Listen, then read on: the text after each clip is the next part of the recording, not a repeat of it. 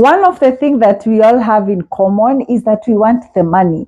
And I know the reason why we all want the money, because money gives us options, and money also gives us the freedom to actually choose the life that we really want. And one of the way is actually accumulating wealth or having investments that can be able to give you a high living standard. And in my 6 years of experience, I have been able to meet different people who are wealthy, and I have come to learn that they have some few things they don't do around money. And that's why I have decided to prepare this video to discuss these 9 things wealthy people don't do, so that we can all learn and we can be able maybe to work on our wealth creation journey. Hi guys, welcome again to my YouTube channel. My name is Jendishu and I'm a financial advisor. One of the things, they don't avoid financial planning. Guys, I know when we hear about financial planning, all of us want to run away from that situation, because we feel it's like you're getting into this trap, or you're getting into this a lot of work by educating yourself around financial literacy, by getting to learn about budgeting, by getting to learn about different investment options that you have. So one of the things I have learned, wealthy people are going to source that knowledge. Wealthy people are going to pay financial advisors, they are going to pay coaches, they are going to have experts around money, they are going to make sure that they are budgeting, they are going to make sure that their money is doing the right things for them. They don't actually budget because it's like the normality, or it's like the cliche or something close to that. It's because they want to account for any money that they are receiving. They want to make sure that any amount of money that is coming in their bank is actually making them more money. So they want to just have a way of actually accumulating more wealth, or having to sustain their living standard by maintaining the wealth that they have. So you guys, if you really want to be wealthy, you cannot run away from financial planning. You need to learn about budgeting. You need to learn about planning for your financial goals. You need to educate yourself around savings and investment. You need to educate yourself around money. Financial literacy have to be your friend. The other thing is, wealthy people don't put all their eggs in one basket. Guys, I don't have to tell you this again and again and again. I think I have mentioned this enough time. When it comes to investment, you need to understand that you cannot invest in one investment. You need to grow yourself. You need to just move from that savings account, that conservative saving account, to different savings account. So this is the reason why wealthy people actually do diversification, or they really choose to invest their money in different investment portfolio, because in case we have a market crash, or we have anytime any investment is going down, they have a backup plan of another account, or they have a backup plan of another investment. Two, they are able also to make sure that they maximize on the amount of money they are making, because different investment portfolios perform differently. So guys, rather than just having one investment vehicle, you can always look on different options, just depending with your financial goals, your risk appetite, and also how you want to structure your investment portfolio. So if you want to be a wealthy person, you need to educate yourself on different ways you can invest, and also you also need to educate yourself on ways that you can be able to diversify your investment portfolio. The other thing is, wealthy people don't live beyond their means. Now, I know most of us feel like this is cliche, this is something that really we have had over time, like live just within your means. Let me tell you, as a wealthy person, you want to make sure that you're living below your means. They don't even actually live within, they live below, way below. So what they do, they don't follow like the 50-30-20 budgeting rule. They don't just calculate their money within their expenses. They make sure that little amount of money is actually going to their expenses, and much of their money is going to their savings and investment portfolio, just to make sure that at the end of the day, they're able to pay themselves first. They're able to maximize on making sure that they are getting the best of out of their money. So they don't at no particular point feel the urge of maybe overspending, overcommitting, or at the end of the day feeling like maybe I could have done this with my money or this.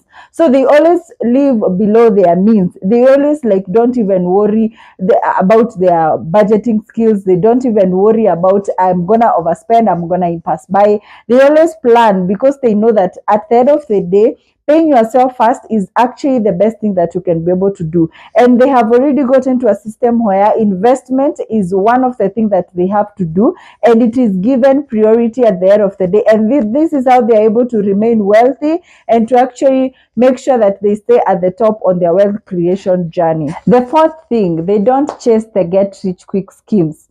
I know that we all want the money, we all are chasing the bag, but one thing we have to agree is wealth creation and wealth building is a process.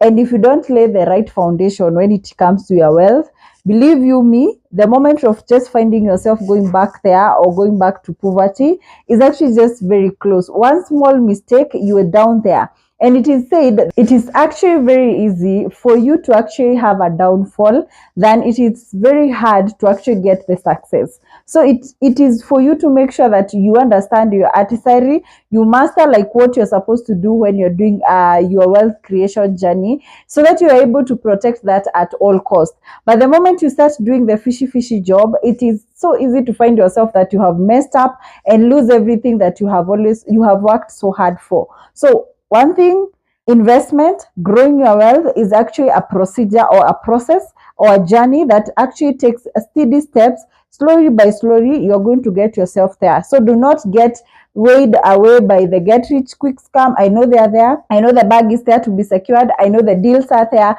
but be very careful when you're trading. The fifth thing is they don't procrastinate. So guys, I know when it comes to people who are not wealthy, we do the opposite. So most of the time you'll find when you're deciding around your savings and investment, you're going to give yourself a lot of reasons why you should not actually start investing that time. But for wealthy people, it's actually the opposite. They actually convince themselves before adding an expense into their life. They actually procrastinate when it comes to the expenses, but they always so steady in acting. They really get so fast when it comes to acting on their savings and investment. As long as they have been able to evaluate the investment opportunity, they have been able to lay out their risk appetite, they have been able to see the portfolio and they have analyzed it, they are getting it. They are not saying that I'm going to invest tomorrow or the other week or the other week. They just understand that you taking your time to wait for you to make that decision is actually going to cost you, because an investment can actually go high. An investment can also cost you because of the change of interest, economic rise, inflation, and such things. So they grab an opportunity, run with it. So this is a lesson you can be able to learn if you have been setting yourself that you want to have a different picture when it comes to your savings and investment and wealth creation journey. It is very important to start right now to make those decisions as quick as you're making those decisions when it comes to expenses. Do not be just waiting, sitting pretty there, waiting for you, postponing over and over again to get your bonds, to get your shares, to start your investment. When you just analyze your portfolio, make the decision, deposit that money, let the money work for you. The other thing they don't do, they don't panic in case of market downtime. So when you're investing, they understand that there are risks involved. They understand that the market can fluctuate.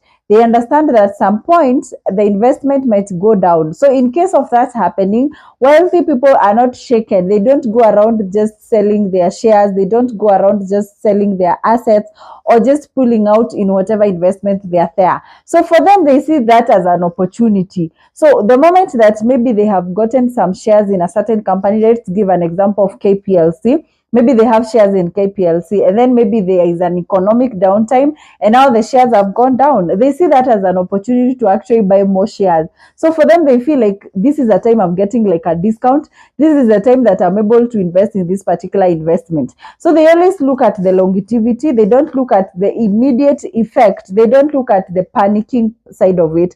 But this one, I have to have a disclaimer. You don't have like to invest in high extreme of high risk investments for you to be wealthy. It is a process. You start from a point of knowledge. You also start from a point of comfort, what you can be able to carry in. And then you educate yourself to where you can carry the risk appetite and grow your risk appetite. So do not even bite as much as you cannot be able to maybe sustain, and also do not put in all your money into an investment that is risky, because Jane said that you guys should be investing in risky investments. What I mean, in case you have taken an investment and you have been enjoying a good steady market, it's when it goes down, do not panic. For wealthy people, they don't panic. They take that as an opportunity to actually invest more, or to actually make sure that at the end of the day they remain into that investment until when they can be able to pull out or make profit when the shares have gone up. The other thing is they don't waste money in status symbols. So guys, I know when you have the money, you can be able to differentiate between a rich person and a wealthy person. And you guys, you have seen trends even online when they are trying to compare the most wealthiest people in the world or in the country, the way they dress, the way they carry their life, the way they are able to do things. Yes, they can be able to afford those luxuries. Yes, they can be able to have that life for themselves. Their money can be able to buy those things. But at the end of the day, the moment you are at the top, some of these things don't matter. You don't have to show the world. You don't have to be the face value. People don't have to see you as a wealthy person. Your wealth is going to communicate, because if you walk in a boardroom where you're supposed to maybe float a share, you will be getting the highest bidder because you have the money. So at this particular point, they actually don't look at the face value. They actually look at what is their net value. What can they be able to offer at the end of the day? Or they let their wealth and their money to talk for them. So they don't have to wear maybe luxuries. They don't have to wear the latest trading thing. They don't have to own the latest trading gadget unless they need it. So for them, it's a matter of, do I need it? Is it something that I need to use? For them, they feel like the satisfaction of wealth comes from a point of they can be able to get with their money. So they don't rush themselves out of the comfort of other people seeing that they have the money. They don't need to please anyone. They don't need to show it to anyone.